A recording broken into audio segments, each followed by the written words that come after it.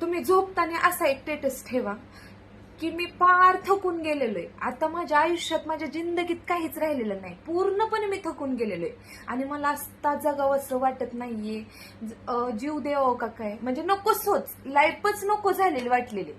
तर असा स्टेटस ठेवल्यानंतर ना तुम्हाला 60 ते 70 लोकांचे मेसेज येते, काय झालं, बस एवढ्यातच थकला, तुझ्याच्यानं काहीच नाही झालं.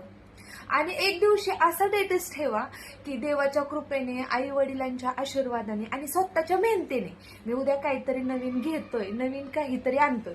तर तुम्हाला मोजकेच लोकांचे, 4 ते 5 लोकांचेच मोजकेच तुम्हाला मेसेज येणार आहेत, वा कॉंग्रॅच्युलेशन, भारी, मस्त, तू काहीतरी करतोय.